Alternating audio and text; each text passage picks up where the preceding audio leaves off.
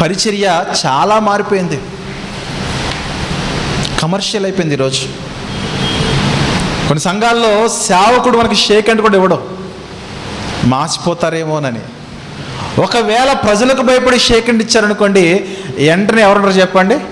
Body guards ఉంటారు. ఏమంటారు చెప్పండి? బౌన్సర్స్ ఉంటారు. వాళ్ళు వెంటనే శానిటైజర్ పోసేస్తారు. శానిటైజర్ వాళ్ళు వాడడం ఈరోజు కాదు, కరోనా వచ్చిన తర్వాత శానిటైజర్ వాడడం కాదు. కరోనా రాకముందు కూడా శానిటైజర్ వాడకంలో ఉన్నాయి. అర్థమవుతుందా? తాకడానికి కూడా ఇబ్బంది అండి.